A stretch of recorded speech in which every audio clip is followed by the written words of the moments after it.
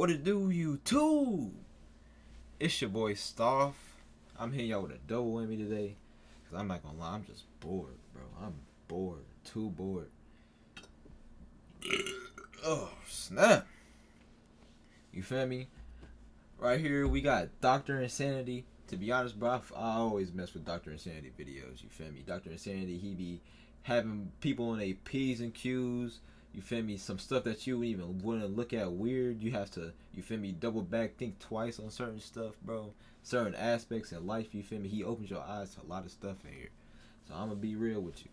You feel me? Dr. Insanity easily, like top 10 P's and Q's channel of all time. Because, bro, you don't know what could be going on. You don't know what your neighbor's doing. You don't know what the person walking their dog is doing. You don't know what your coworker could be up to. You feel me? Out here is just evil all over the place, bro. So you feel me? Dr. Insanity, bro, it opens your mind up to that type of stuff. You feel me? So right here, we got cops discover car filled with serial killer victims. Man, people these days, bro. It's a sick world. You feel me? If you like this motherfucking video, like, comment, subscribe. You feel me? Share with your friends, your mother, your father, your brother, your sister, anybody. You feel me? And let's get to it. Police just arrived at an airport parking lot to investigate reports of an abandoned truck. Initially, it seemed like just another routine call with nothing unusual. But that's when it hit them. Kind of smells. I think it smells like decomp. I can smell something. Inside the truck lay 4 brutalized and dismembered bodies hidden inside boxes. What officers didn't know at the time is that 11 more bodies lay buried and hidden in remote areas of the state. An active, twisted serial killer was on the loose, and detectives were already months behind. Remember the last time you saw him? Maybe a couple of months ago. We don't care about anything else other than finding Mac, Jeff, and Justin. Whoever did that is our focus. I tied everything together yesterday when he did that. You know what I mean? Like, I know he lost them 3, man. I know he did. Taking these other 11, did you take them all to the same place? If you ever came back out to New Mexico, would you be willing to take us? Man, watch your peoples, man. Stay aware of your surroundings. It started on a Sunday afternoon when police in Grants, New Mexico received a mysterious call. A landlord had just discovered something he described as disturbing while cleaning out an evicted tenant's home. Officers immediately headed to the address to investigate. So this guy hasn't paid us since July, but with COVID going on, we couldn't evict him, so we've had nothing but problems with him. Anyways, we finally got him to move out. So this is pretty relatively old. Seen him today. We haven't come by. We haven't messed with him. We're afraid of kick his ass, you know. When I came by, he says, "I'm gonna leave you a pile to throw." Well, we didn't know which pile, so we started to load it up. While we were moving some things, and we found this puppy in this box underneath some of the kid stuff, you know. Okay. So we go to put the puppy in the bag because we were going to bury it, and then we see that they had tied a cord on its neck. Okay. Well, we've had, like I said, nothing but problems with these guys, so I at least want to put a report on file. I know we won't be able to say who did it and when, but that needs to be associated with him, you know, because we're going to take him to court for a lot of other things, and if I can just have that on file, it'll help. Okay. It was clear the puppy had suffered a horrific death. Animal control arrived shortly afterwards and confirmed it had been deliberately tortured, noting a cord tied tightly around its neck. The cruelty of the scene was deeply unsettling, and the officer immediately recognized they were dealing with someone truly twisted. Yeah, that was just straight up. Absolutely. That's just sad. That right there just really That's horrible. It's like, that's not cool at all, right? No. Bro, what kind of, how sick and twisted do you have to be to mutilate, not even mutilate, because they didn't, like, the dog's not in pieces or anything, but how cruel and twisted do you have to be to abuse a animal in your house, bro? Like, bro, I have a puppy in the other room. You feel me? Like stuff like that, bro. Just don't sit right with me, bro. You gotta be some type of evil. Something's going on. Like, bro, you gotta be checked out to some degree, bro. Like, doing this is just like inhumane. Cruel, awful people. Yeah, we tried to get in. My landlord, the owner, he tried to go into the house. They went in, they painted everything their own colors, and they just ruined everything. Unfortunately for investigators, the puppy was just the first body. And in the coming days, police would uncover more gruesome scenes, strange disappearances, and disturbing evidence pointing to something far more calculated than anyone expected. That same day, Detective Robert Turney was assigned a missing persons case involving 19-year-old Matthew Miller.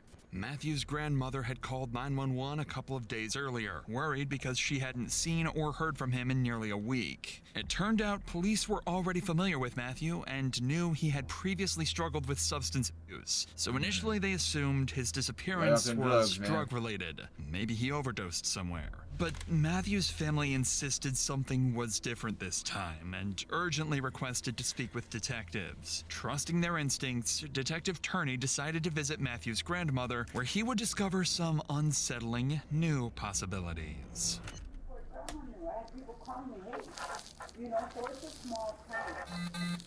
So you guys can help me out by just calling around to hospitals, clinics, rehabilitation places, other county jails, and just see if he's there. So prepare for the worst and hope for the best. Okay. But I will tell you, I had more than enough to arrest Matthew several times, and he's not one of those people that I wanted to arrest. Matthew is not going to pull a gun on anybody, right? To get his drugs. Yeah. No. He's not that kind of person. Yes. That's my main fear. And he probably has a little bit of a drugs complex. could take over your whole entire life, bro. Yeah. He's that kind of person. 2 months clean to So smoke he's weed. real hesitant to reach out and tell you guys the actual truth about I can this tell person it's with me. not easy. You know what I'm saying? So just forgive him. All you can do is tell him you love him and you forgive him and go from there. After rehashing some information with Matthew's family, Detective Turney would go on to learn some critical details. Matthew's girlfriend told the family she saw him getting into a vehicle with several other people, including a blonde woman named Jennifer Lannon, someone Matthew had recently been spending time with. He also learned that Matthew often spent time with a close friend named Justin Mata and his girlfriend, Leonie Calzada. All three were known to use drugs together. Acting quickly on these promising new leads, police began searching locations Matthew was known to frequent, and soon enough, they located Matthew's Chevy Colorado truck parked and seemingly abandoned within a few blocks away from Leonie and Justin's residence. The truck was dirty, locked, and appeared to have been parked there for several days. Inside, detectives found clothing and personal belongings, as well as several unsettling items including a pair of rubber gloves and a shovel lying in the truck's bed. They also found multiple cell phones that were damaged in the front and back seats. It seemed clear Matthew hadn't intended to leave the truck there, and detectives sensed something wasn't right. Immediately, investigators canvassed the area and found surveillance cameras nearby, one of which captured Matthew's truck arriving at Leonie and Justin's address on January 26th, just 3 days before Matthew was reported missing. With these new alarming discoveries, Detective Turney knew the next logical step was to urgently speak with Matthew's friends, Justin Mata and Leonie Calzada, hoping they could shed some light on the situation. However, when they arrived at the couple's residence, they would quickly realize Matthew wasn't the only one missing. 25 days before discovery of body. 25 days? No, just you? You sure? Okay, you okay if I come in? Hey, guy. Hey, My name's Robert. he's gone. He's gone. You gone? Yeah. Hey, buddy. Okay. This is Leonie Calzada, the girlfriend of Matthew's close friend, Justin Mata, and someone detectives suspected might know exactly what happened to Matthew. This is very, very important. We're We're looking for Matthew Miller. He's been missing for over 2 weeks. When was the last time he was here? Maybe a year ago, maybe? A year ago? When I first got this place, yeah. When I first got it, last January. He hasn't been here since then. Like, I know it very well. What if I got video of his vehicle? Maybe Justin had him here, man. When I've had him myself. Okay. When was the last time you saw him here? When he was in the place, once you bring over, I first got this place. A year ago? You think Justin would have, He would have, yeah, probably. when you weren't here? I wouldn't hear or intention, yeah. Because they said all that, yeah. But he left on 17th and came back. And then 17th, that's a long time ago. Yeah, and then I went to talk to the guy in Kingman. He's like, yeah, they left each other there during the night and they're in Arizona. Do you have any kind of way to contact Justin? You have a phone number? No, he just left him to go. Well, what's his phone number? Email, Facebook? He took my phone and my phone. It's not working. Took my phone, yeah. Took Wi-Fi. When's the last time you had any kind of communication with That's Justin? when he said, go by Coke. So I'm go by Coke. And he'll come back. What I would like to do, all right, is look around your house for any kind of evidence of Matthew Miller or any kind of foul play. I'm not looking for anything other than that. According to Leonie, her boyfriend, Justin, had also mysteriously vanished, and she hadn't seen him since January 17th, nearly 2 weeks before Matthew was even reported missing. And you ain't saying but nothing? Investigators knew something wasn't adding up when Leonie insisted she hadn't seen Matthew in nearly a year. Surveillance footage clearly showed Matthew's truck outside her residence just days before he disappeared. With their suspicion mounting, detectives decided to search Leonie's home, hoping to uncover whether she might be hiding something. Or someone. Did you notice anything strange that happened around here? Did you notice anything different around here? Like something was any kind of blood, needles? What about needles or pills or anything like that? No way they find a dead body in here. Yeah. What's the gas? There's already. Okay, I can only find one person dead in a trunk per year. That's my max. Despite their best efforts, investigators found no signs of foul play or violence. Still, Detective Turney couldn't shake the feeling that something was overlooked, so he returned to speak briefly with Leonie, unaware she'd drop a crucial clue.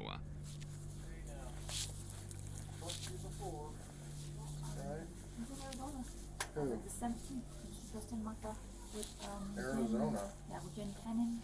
As of the 17th of January. He left us in his wife.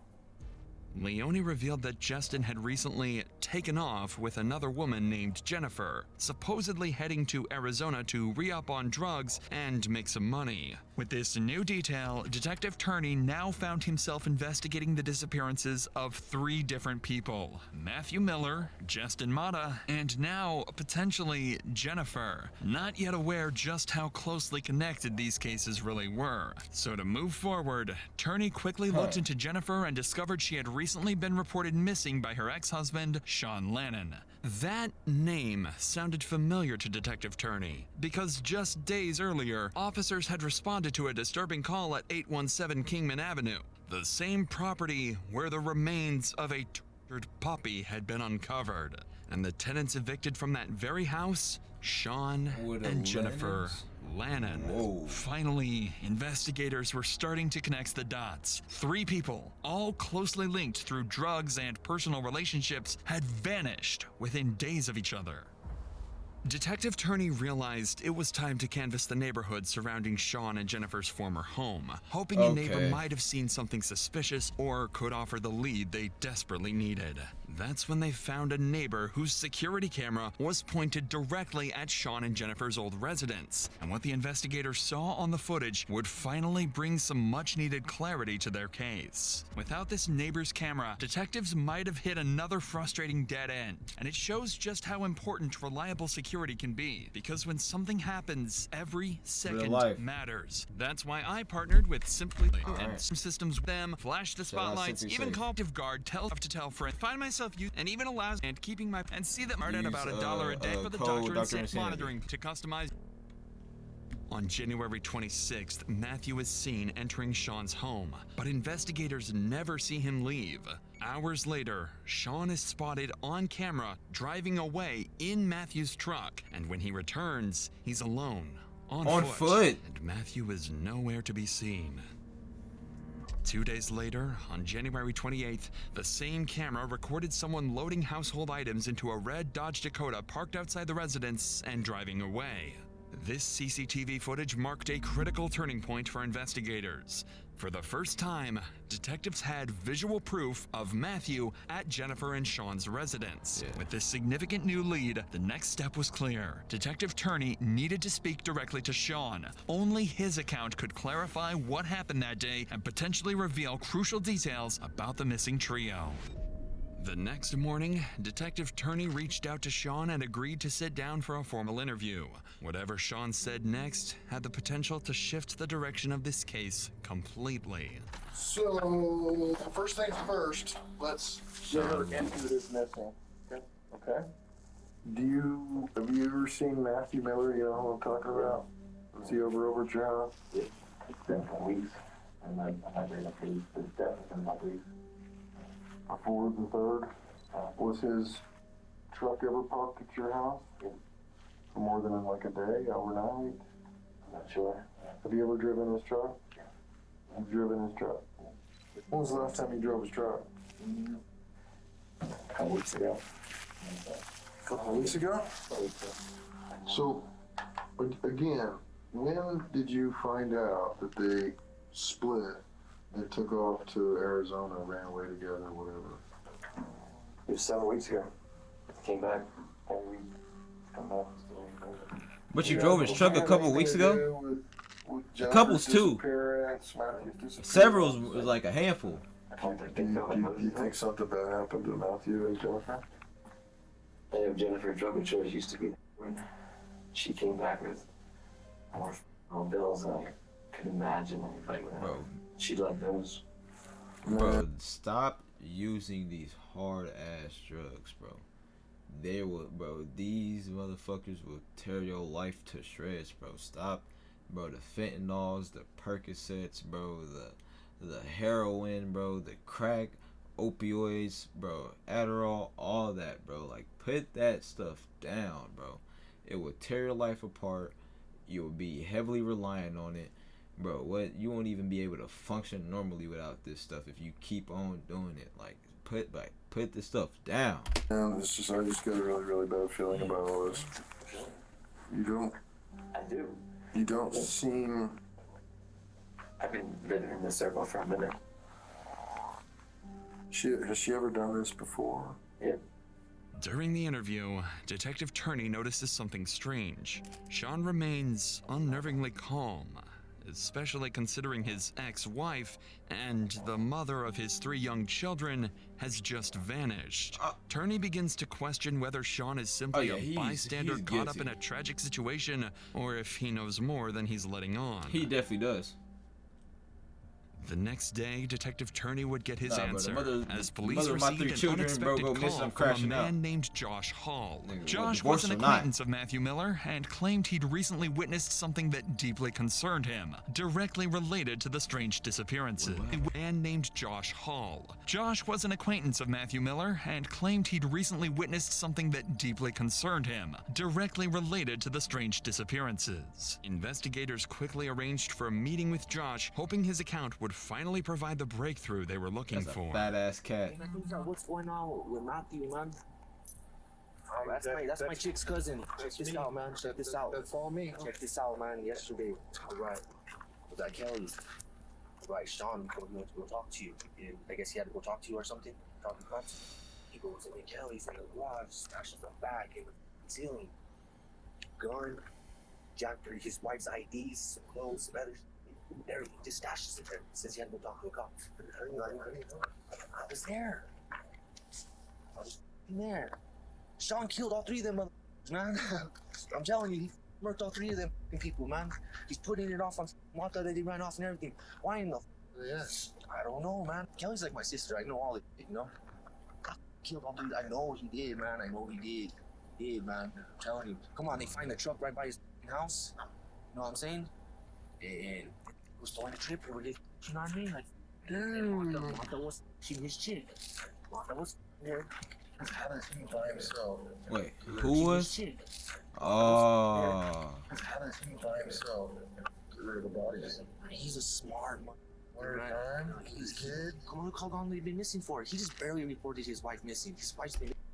So, what I'm getting at, Jennifer and Justin, what I think his name is Justin, was linking up. Her ex-husband found out, smoked both of them, but Matthew happened to be there. Missing since like the 23rd. Since last month, you know what I mean? She's been missing the same time Matt's been missing.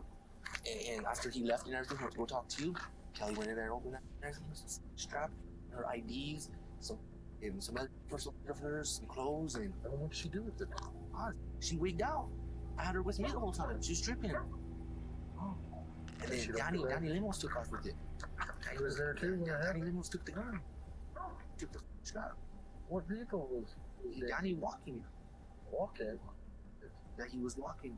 I'm telling you, man, like, he stripped me out yesterday. That's how I tied everything together yesterday when he did that. You know what I mean? Like, I know he offered them 3, man. I know he did. Josh claims that Sean arrived at the residence of a woman named Kelly DeSoto, carrying a bag he carefully hid in the ceiling of her home before leaving to speak with detectives at the police station. After Sean left, Kelly discovered the hidden bag, removed a gun from inside, and handed it off to a man named Danny Lemos, locally known as Dog, who quickly took the weapon and left on foot. When Sean returned and realized the bag was missing, he became visibly agitated, smashing his phone on the ground before storming out. These troubling claims raised immediate suspicion around everyone involved, including 2 new persons of interest, Kelly DeSoto and Daniel Lemos, both closely associated with Sean and Jennifer based on Josh's statement. Danny Lemos was nowhere to be found at the time, so Detective Turney knew he urgently needed to verify Josh's account by speaking directly with Kelly, and more importantly, find out if she was hiding anything that could help connect the dots in this increasingly tangled case. What the?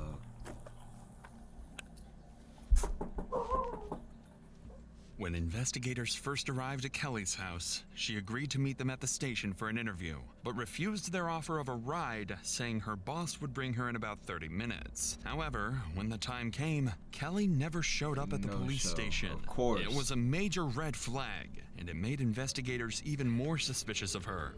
2 hours later, Detective Turney returned to her house, suspecting that Kelly might be stalling for time or trying to cover something up. No. It's Robert and Ben. The detectives. Hi. Ready? She hasn't gotten here yet. So I talked to my lawyer, and he told me that I didn't have to go with you guys. You don't have to. What is it about? Can you tell me? It's about the disappearance of who? Matthew Miller and Jennifer Lehman. Sean Lehman.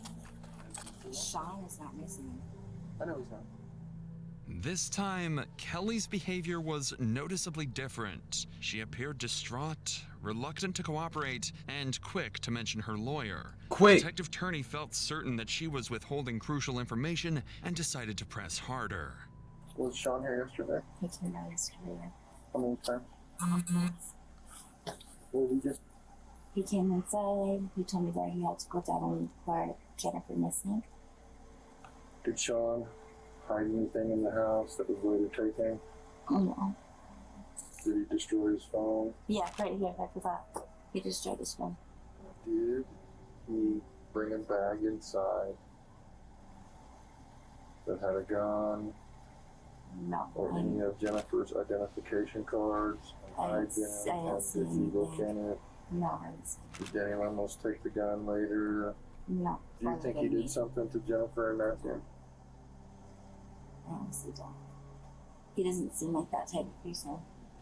I think He definitely looked like it. He was a school threat. I ain't gonna lie. Oh no, Clothes. I don't know anything about. Like he asked me, he said, "Where's my?" Yeah, no, I didn't see him bring anything in. Oh, you're forgetting what I already spoke with. I know. Sean has some stuff in your shed. Yeah, did you, when he was moving, I don't know, any questions? Nothing yesterday? No. I don't think so. You went through it? No. After some more pressure, Kelly admitted she had several suspicious bags in her shed, supposedly belonging to Sean. Curious about the contents of the bags, detectives quickly followed Kelly to take a closer look. Yeah. I think that box there is not his, I don't think. I'm sure it's not. And that paint can is This is one hell of a shed, bro. That's his. This shit, bro, what? If I seen this shed right in the past, bro, I would think, bro, somebody's operating outside of this thing. On Jackson? Really? She let us search that thing from head to toe. And outside too. Despite their best efforts, detectives found no clear signs of blood or evidence linking back to the missing people. It was a frustrating dead end, and the chances of finding them seemed increasingly slim.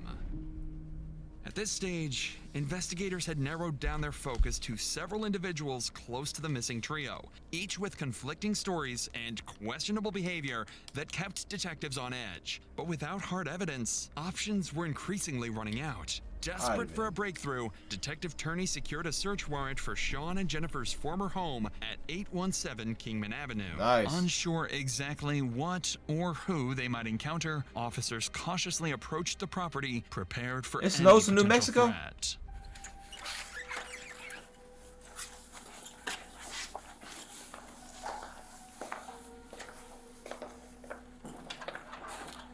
Check everything.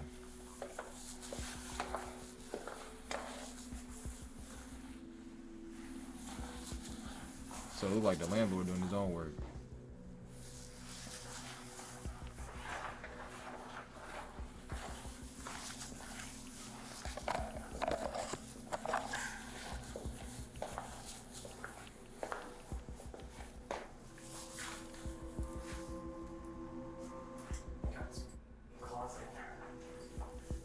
Yet again, investigators were too late. The house had already undergone extensive renovations, carpets removed, drywall stripped, any potential evidence completely But the landlord would have erased. obviously reported something if Unbeknownst they to seen it, though, investigators right? At the time, the critical evidence they desperately needed was sitting in an abandoned truck, miles away, just waiting to be discovered.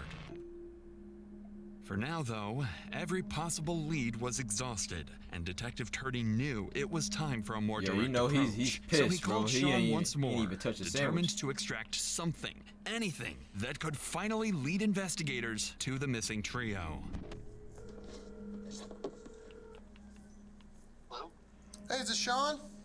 Yes, it is. Hey, Sean, this is Detective Turney. How are you doing? Good, how are you doing today? Good, man. I've been trying to get a hold of you on other number, and it's not working.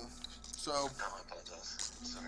so you know anything new? No, I haven't heard anything. Nope. Okay.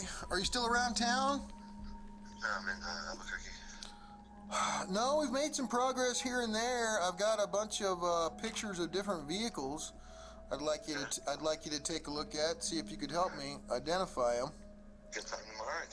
I wanted to come in and stuff I gotta return to the school. Okay. All right, just make sure the kids are taken care of, and we'll go from there. Yeah. All right, Thanks, sir. we'll see you tomorrow. Bye. Thanks. Sean sounded cooperative and willing to help, promising Detective Turney he would come in for questioning. Yet, Sean never showed up. The next day, Of course. Turney even offered to personally pick Sean up and bring him to the station. But once again, Sean failed to appear. At this point, Turney felt certain Sean was deliberately stalling and knew they couldn't afford to waste any more time. He's done playing cat and mouse. 10 days. Time is ticking. With the CCTV footage and witness statements pointing directly at Sean and Danny as crucial figures, Detective Turney knew he needed to bring them in for questioning. So investigators dug deeper into both men's backgrounds, and that's when they hit the jackpot. Sean had an outstanding warrant for missing a court appearance related to a 2020 assault and battery charge. It was the break they needed. On February 25th, officers located Sean in Albuquerque and arrested him without incident, transporting him directly to the Grants Police Department for questioning. Detective Turney's goals for the interview were simple: determine exactly what Sean knew about the missing trio and find out where Danny Lemos had vanished after taking the alleged gun. Let's go back to Matthew's truck. Okay, so it starts to back in there, and you're the last one who drove it, right? So let's go backward from when you parked it. Where did you go with it that day? Do you remember specifically?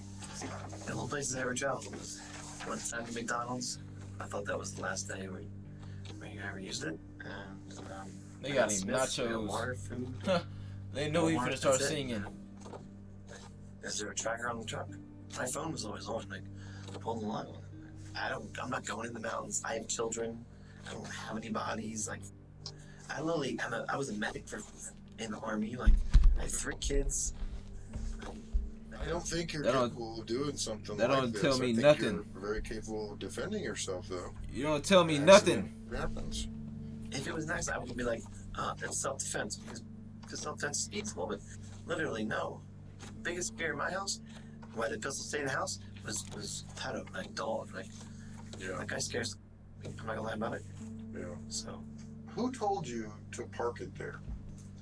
Justin? Justin was there at the house, talking with, like, they're all chewing on the soup. Who's all there? Jennifer, Justin, and Matthew. Matthew. And he gets a boatload of pills from him. And they're like, we're gonna go score. I mean, they had no money, nothing. They had So no you money. take the truck and the kids. No, they leave the truck. And literally, I'm like, well, I need to go. Like, can I get some fucking groceries or some shit? Okay. And literally, I'm like, what do we do with the truck? He's like, leave it. I'm like, yeah, leave the shit here. Like, no. I was like, you're not gonna park in front. No, I need to go to the dumpsters. I need to go to McDonald's, water, and, you know. And so they told you in the house, when you're done with it, to park it at the Lubbock Apartments. Matthew wanted to park it down the street. He says, no, my buddy's over there and you're near the apartments. Just leave it there. As the interview continued, Sean seemed to have an answer for everything, including the CCTV footage, claiming he only moved the truck at Matthew and Justin's request. He also appeared to casually downplay the entire incident, insisting the trio's disappearances were simply part of a drug-related business venture, nothing criminal.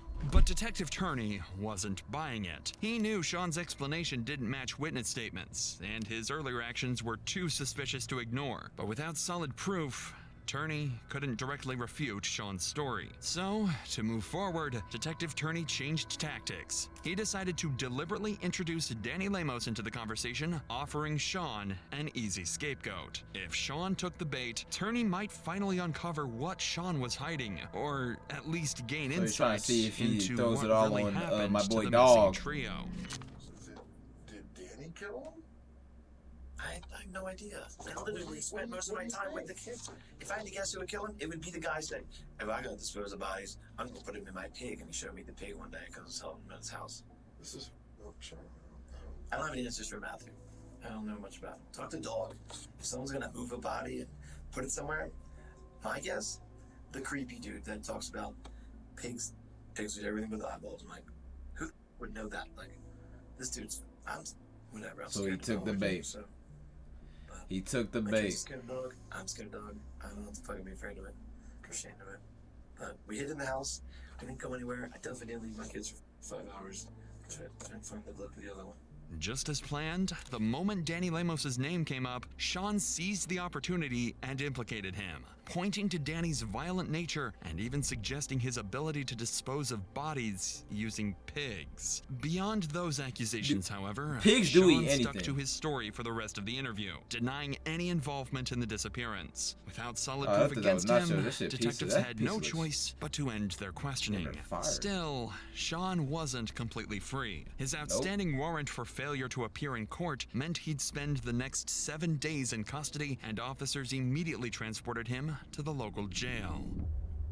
Investigators spent the following week interviewing acquaintances, re-examining evidence, and piecing together scattered leads. During their interview, one detail caught Detective Turney's attention: the mysterious red Ford truck that was spotted parked outside Sean's residence, later leaving with unknown contents loaded in the back. Investigators had not Even yet had shit located this dropping out truck, of it. and Turney strongly suspected it might hold something crucial to their case. For now, though, 3 people remained missing, and police narrowed their focus to 2 prime suspects: Sean Lannon, who was recorded on surveillance driving Matthew's truck Danny and Lamos. potentially connected to the missing red truck, and Danny Lamos, who allegedly received a handgun connected to Sean before disappearing himself. With each passing day, Turney grew more convinced that the missing trio had been murdered, and that their 2 prime suspects likely held the answers. But the window to find something conclusive was quickly closing, because on March 3rd, Sean completed his short jail sentence and was released back onto the streets, significantly raising the stakes. Now facing the possibility of losing another prime suspect, Detective Turney knew he had to act fast. All he needed was just one single lead, some hint of where the bodies might be hidden.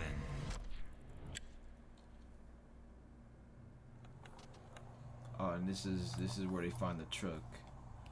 Why park it at an On airport March of all 5th, places, though? Officers received a call from the security at Albuquerque's Sunport Airport about an abandoned red Ford Ranger, eerily similar to the one from surveillance footage gathered during the investigation. Do any of them What know that? officers found inside would confirm the gruesome truth they'd been searching for.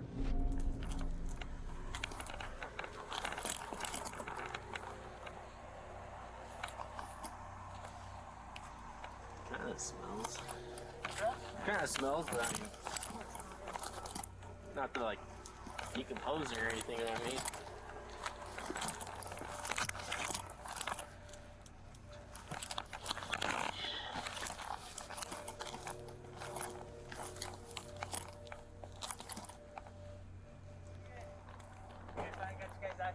Yeah. We called it in 1:30, but they said they didn't want to. They didn't want to send anybody out here. There's a pretty foul smell coming from the vehicle. Yeah. Every so often. I don't know if you noticed. Yeah, I can't really tell what it was. It didn't really sound like. I couldn't really think it smelled like decomp body or something like that, but I don't know. Yeah, I can smell something, but I can't. Okay. It also smells like dirty, like VO almost, but yeah, I don't know. But we'll check the and all that good stuff. So. In the back of the truck were several sealed storage bins, emitting an unmistakable smell of decay. And inside were the dismembered bodies of Jennifer Lannon, Matthew Miller, and Justin Mata. Jennifer had been shot at close range in the head. Justin had also suffered a gunshot wound to the head, along with severe blunt force injuries. And Matthew's body showed clear signs of massive head trauma, evidence he'd also been beaten to death. But the horrors didn't end there. Hidden beneath a tarp in the passenger seat was yet another body. Randall Apostolon, the truck's owner. His body showed signs of severe blunt force trauma, and a bloodied hammer found nearby was clearly the weapon used to kill him. What? Investigators found more disturbing evidence inside the truck. Multiple serrated knives stained with dried blood, a handsaw, and several pairs of industrial gloves, all clearly pointing to a calculated, cold-blooded murder. It was still unclear to investigators why Randall had been murdered or how his death was connected to the other 3, but they wouldn't have to wait long to find out. Detectives urgently turned to the Albuquerque airport's surveillance cameras, knowing the truck hadn't driven itself there. And it didn't take long before they spotted exactly who they were looking for. On March 3rd, 2021, just 2 days before the gruesome discovery, the airport's cameras captured Sean Lannon driving the truck into the airport parking lot, I knew it! hitting the vehicle and leaving behind the bodies of his 4 victims. Finally, detectives found their killer. It was time to track Sean down and bring him in. On the same day the bodies were discovered, police urgently scrambled to track down Sean Lannon, but it was already too late. Sean had slipped out of Albuquerque and vanished. Immediately, the U.S. Marshals issued a nationwide alert, believing Sean posed an active threat and was possibly on a violent crime spree. Authorities across multiple states joined the manhunt to track him down before anyone else was harmed. Then, on 6 March days later. 9th, Detective Turney received a disturbing call. U.S. Marshals informed him that Sean Lannon was now wanted in connection to another murder, this one committed just a day earlier in New Jersey. Authorities had linked Sean to the murder of Michael Debkowski through witness statements and surveillance footage that placed him directly at the scene. A quick background check also revealed the victim wasn't a random target. Debkowski was someone Sean had personally known for many years. It was an alarming detail that made it clear Sean's violent spree was far from over. Now, with 5 bodies discovered and a serial killer on the loose, police knew anyone in Sean Lannon's circle could be next, Bro, and they had watch to your act fast. surroundings. Federal authorities urgently tracked Watch your surroundings and watch who you allow in your circle, bro. Sean's movements, God. closely monitoring surveillance footage and cell phone data. And finally, on the morning of March 10th, U.S. Marshals pinpointed Sean's location in St. Louis, Missouri, and they quickly moved in and captured him without incident. Sean Lannon was immediately extradited back to New Jersey, finally putting an end to his killing spree. By now, the evidence against Sean Lannon was overwhelming. Undeniable. Investigators had more than enough to charge him, but there were still critical questions that only Sean could answer. They still needed to understand exactly why he committed these horrific murders and determine whether he acted alone or if others helped him carry out and conceal evidence. When Detective Turney sat down face to face with Sean, he expected more lies and deception, but surprisingly, Sean didn't resist or deny anything. He's caught. Instead, he resigned to his fate, openly admitting he was tired of running and knew his capture was inevitable. In his own words, he simply wanted it to be over. He was caught. With nothing left to hide, Sean would give detectives exactly what they hoped for. A chilling, detailed account of the murders and the twisted reasons behind each one. She was already out with wasn't enough to take her life, so she wanted me to make sure she went too, for sure. Because I realized she was breathing. She wasn't gonna OD. I went in the other room, psyched myself up, repeating that kind of emotionally charged statement of, "You killed the Garrison baby." So I had maneuver to do it. I put the pistol on her head, and I pulled the trigger. Threw it level. A couple seconds later, I was positioned on the bed too. I put the pistol in my mouth. Put the handle up. Just slipped past my teeth. My son cried out. I was like, what do I do now? Pull the trigger, kid's gonna see both of our hands went off. I rolled off the side. Took the rounds out of the gun, put it in the dresser. Closed the bedroom door, got the kids normal. Set them up to be in the other room. We didn't have a vehicle. John's boyfriend drove the truck on the car we had. So I pretty much lived here right so we could be out. To a storage bin, a long one. The sheets that were around here, the bedding was in the bag, in the box too. A day later, I tried to dismember her to put her in containers. It didn't work. It was awful and traumatic. Just thinking about it. It still haunts me. I knew I was living on borrowed time at that point, so I needed to get my kids somewhere safe to cope. So I continued with packing everything up. All the while still baiting just a month. He's responsible for the drugging and doing that to my kids. It took like a week. I came to the house. So I was in the laundry room, connected to the garage. That's where I killed him. Just before I killed him, he offered up a trade. His phone had pictures of Shawn Michael standing there naked in my living room. I don't know what his name was, William or Matthew Miller, whatever that his name is. With his on my son's shoulders. I was like, who sent you this picture? He's like, I don't know it's real. He's like, I took the picture. I was like, oh, you took that picture?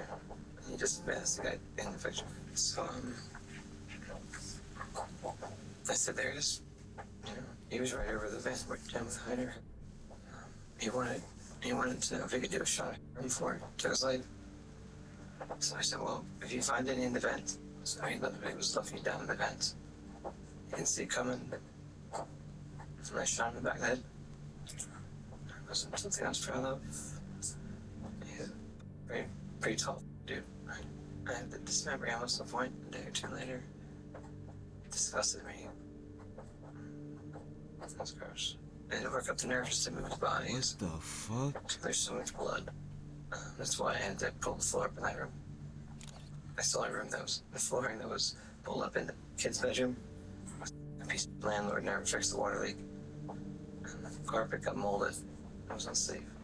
The carpet was outside the house, and so was the padding if they slept through some other reason. It was still there when it left.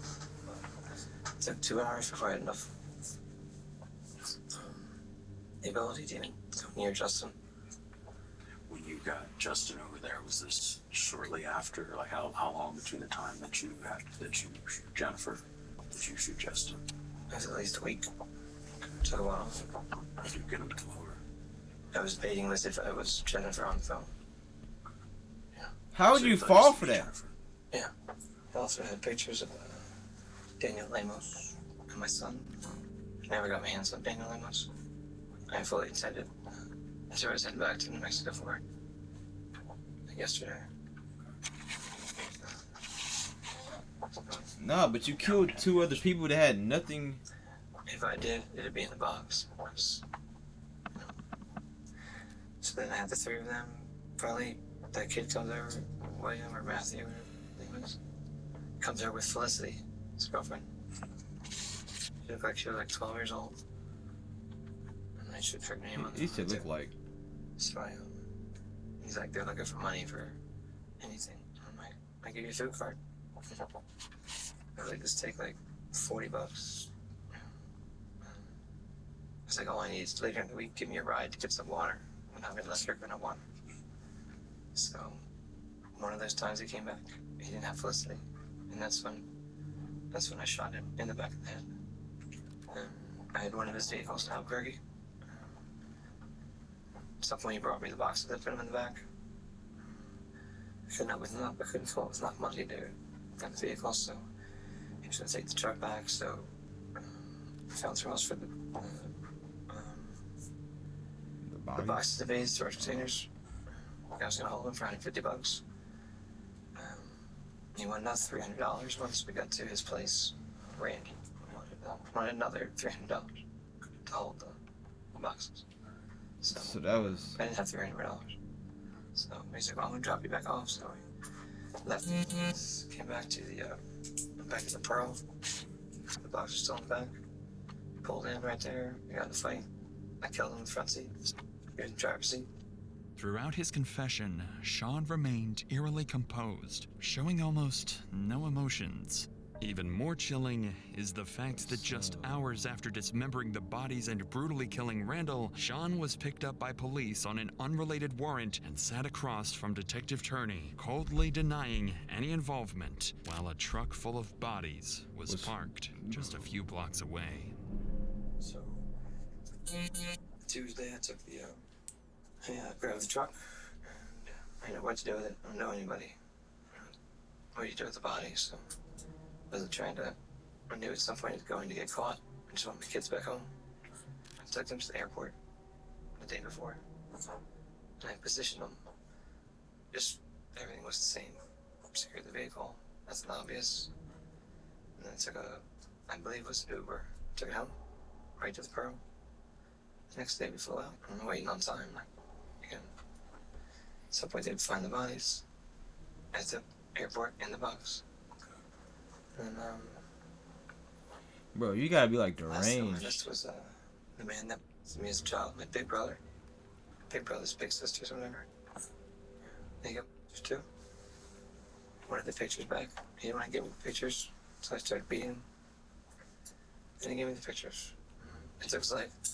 So I'm proud of that. I'm proud of it. I did finally tell him I'll make it back to finish Daniel Lemos. The last victim in Sean's killing spree was his former mentor, Michael Debkowski, a man Sean accused of abusing him during childhood and believed still had photographs of that abuse. house. When Debkowski refused to hand over those photographs, Sean killed him without hesitation. But just as detectives thought they heard everything from Sean, he would make one final, shocking statement. There were even more bodies waiting to be found. And so the other 11, you said started about 2.5 years ago, 3 years ago? And So you disarmed them from guns, and you said knives? Knives, whatever. So I had like almost like a pickaxe, but it was more of a pick. It swung like a pickaxe. But It's like if you had to think back, like how many out of the 11 were shot and how many were stabbed? Like if you can elaborate on any of that. So you was on a spree. And then how many were stabbed? what's the rest of them? The rest of them. So 9. You sick motherfucker. According to Sean, he'd killed at least 11 additional people, mostly drug dealers Oh! to Jennifer, and hidden their bodies in remote areas of Malpais National Park. Detectives approached these claims cautiously, knowing Sean was a skilled manipulator who mixed truths with calculated lies. Perhaps this was his last attempt to influence the outcome of his trial later on. But despite extensive searches, no additional bodies were ever discovered, and Sean's claims remained unverified. Detectives also investigated one of the key persons of interest directly implicated by Sean himself, Danny Lemos. He was located in Albuquerque and arrested by U.S. Marshals on March 25, 2021. Danny agreed to speak with Detective Turney, firmly denying any involvement and expressing shock that Sean was even capable of these horrific crimes. He admitted taking the handgun Sean had hidden at Kelly's house, but claimed he had no idea it was tied to a murder and had quickly sold it afterwards. After exhaustive interviews and reviewing all available evidence, detectives eventually cleared Danny, along with all other potential suspects, ultimately concluding Sean acted entirely alone. In October 2022, Sean pleaded guilty to the first-degree murder of Michael Debkowski in New Jersey. He was sentenced to 35 years in prison, and in May 2024, he pleaded guilty to killing Jennifer Lannon, Justin Mata, Matthew Miller, and Randall Apostolone, receiving 4 consecutive 15-year sentences. As part of his plea agreement, Sean will serve his sentence in New Jersey first, then return to New Mexico to serve an additional 60 years behind bars. So you're never seeing the light of day again, bro. Bro, you gotta watch who y'all have in y'all circle, bro. Who y'all come across, bro. Anybody that doesn't seem like a threat to you could take your life in an instant, bro. Over anything, bro. It just sounds like, bro, what? He was envious that his girl was getting smashed on. Bro, what? It's just the fact that, like, all this stuff, like, from, like, the drug use to, like, you feel me, linking up with, like, different people, having, like, all these accomplices. You act alone, but then, like, when it, like, comes down to, like, taking the folks out, you had, like, no problem with it whatsoever. He said that bro Matthew had his dong out on his child's shoulder, so that was his reason of smoking him. But then Randall Apollo, whatever his name was, he smoked him out because he wanted an additional $150 for holding these bodies. Man, bro, you don't know who could be out to get you, bro. You don't know who could do anything to you, bro. You feel me? Man, this is Dr. Insanity, bro. You feel me? It's your boy Stoff. You feel me? Stay safe, stay positive, stay on your P's and Q's, bro, and watch what people do around you, bro. Because to be honest, bro, at the end of the day, bro, a motherfucker could take you out for nothing. Man, I'll hit y'all in the next reaction video, man. Peace out.